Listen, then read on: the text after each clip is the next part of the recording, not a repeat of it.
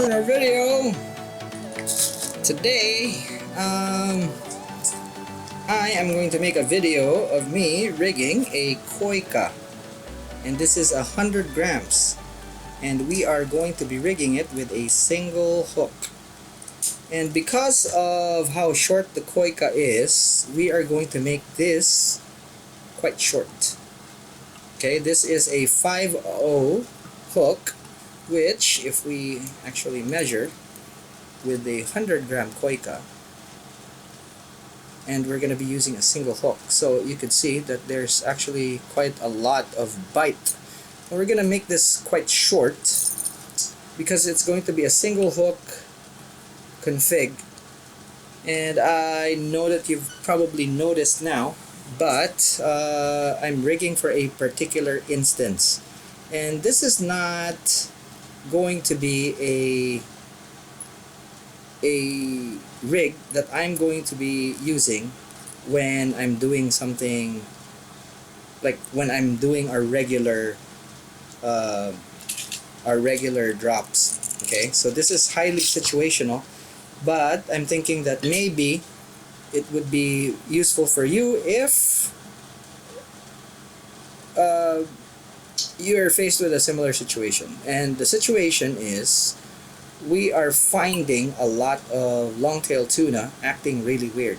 They are on the surface, they're not biting surface lures like poppers, stick baits, even soft plastics, which normally they would be very susceptible to.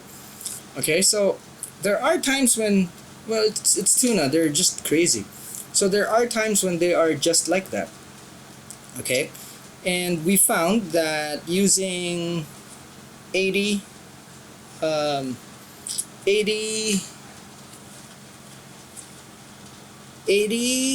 to 150 grams actually works. It works so well, and you're dropping anywhere between I would say 40 meters all the way down to 80 meters, and then after that you reel it back up or you jig it. Alright, so this particular technique, or in this particular instance, a fast jigging combo works really well. However, there's some instances where either I'm really tired, I'm bored, or for whatever reason I just don't want to use my fast jigging equipment. So I've been using I have been looking for ways where I would be able to use my fast jigging gear for this type of application, and that's basically what we're doing today. We are rigging this with a single hook so that when this situation arises, I would have a choice of jigs that are pre-rigged, because when it happens and it goes really fast, and if you're not ready for that, you're done. That's it. So we always have a combo ready for when this time happens, and I want to have this available for my slow jigging setup as well. So this is why we're actually rigging a few of these jigs in this configuration. Okay, so this is most likely the last one that I am going to be rigging for this particular series, and this is the Koika. Alrighty, so we're gonna be making it short, so this is still a bit long, so it's gonna be like that. We'll cut more off of this like so. And if you notice, this is a very dangerous way of doing things, and if you're not too sure of your rigging skills, don't follow, because I'm not going to be responsible. Be pre-warned. Okay, as you can see, there's no stopper here. Okay, I'm just lashing it in, and if you want to do the same, what happens is that you have to follow the exact instructions that I am presenting here. Okay, so we are doing an X wrap on this, and you can see. Okay, so we're going this way first, and then going back we're going this way, and we're gluing with super glue. So we're doing this on the sides. You've seen me do this, but for the guys that are new to the channel, please pay attention. Okay, you're gluing the sides, so you're gluing the near side and then the far side. Okay, and the bobbin that we're using is already applying an immense force on, immense tension on the thread. So when we're wrapping, it's going in really tight, and it is pushing the glue between the cord, the wrap, and the shank of the hook. And if done right, this thing is not gonna pull off. If done incorrectly, don't blame me. Okay, I've been doing this for years and I haven't had a failure. So with this method, I've been doing this since 2006 with this super glue trick. Okay, so like so, I've had failures, so it wasn't overnight. So you do a good job, cover everything, cover the gaps. Okay, make sure that the glue is squeezed in and the cord is saturated with the glue. That way it fuses together with the shank, and that ensures that you will not have the cord pull off.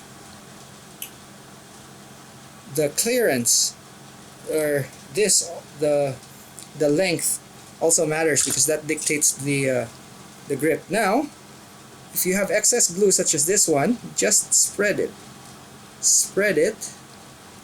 onto the threads like so. Make sure to go around. It is not the final glue up, but it helps so that when you wrap, the wraps actually get secured. Okay, far from being finished, we go and wrap towards the front like so, and then we finish up.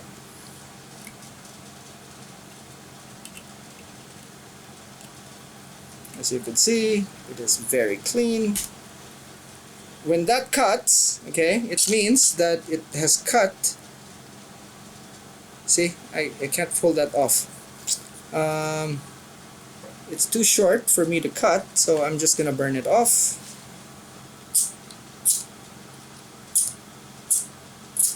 Like so. That's it.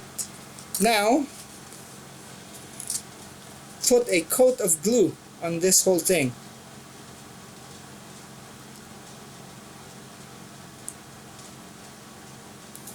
On the sides, the top. Make sure that the wraps are evenly coated. This is your protection coat, basically like a top coat. Okay, now if you're new, you'll know that there's if you're new, alright, just so you know, leave this in a place where there is no air movement. Alright, but make sure that there's no air movement, otherwise it's gonna get dirty. Okay, it's gonna have like white stuff all over it. If you have an excess of glue, which you'll see as the glue sagging, just do what I did with a tissue, and that's that. Now, because if we waited for it, it's gonna be a long time.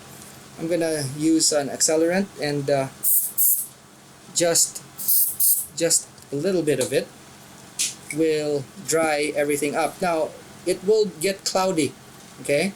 And what I do when it's done is just run my fingers like so, and the white stuff actually just gets off, and you'll end up with something that's quite clean, like so.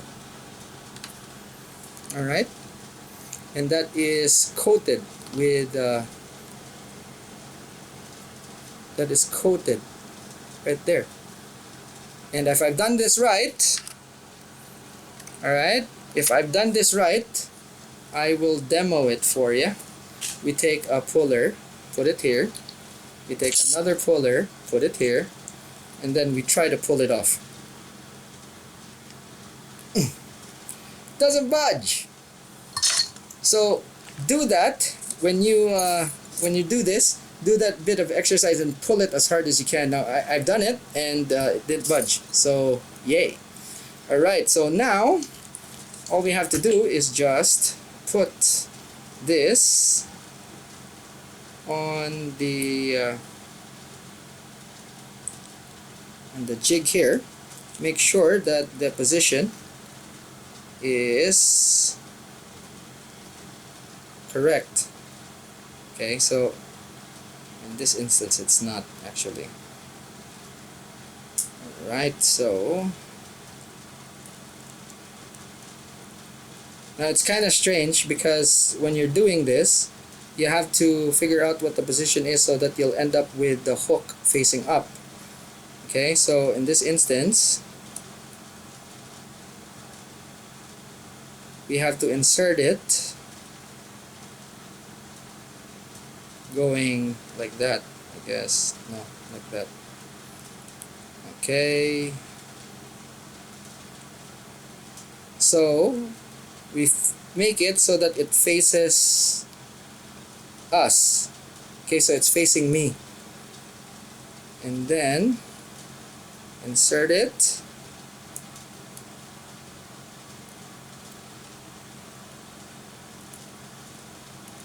and then when you pull back on it, you'll see that it's actually positioned like that. Now another solid ring to make this like that. Now with this, we actually spliced it in such a way that the position of the hook would always be point up. Okay, so when it's the drag of the hook itself actually will position it, just because by virtue of how this is tied here. And remember, I'm also using a peach or with a GP ring, so that's going to help it position. A round solid ring would actually kind of make this go sideways, but for this one, since it's over at that end, when you position it, it's just gonna go like that. So I don't need flash to actually do or position it like we did with the Kensaki.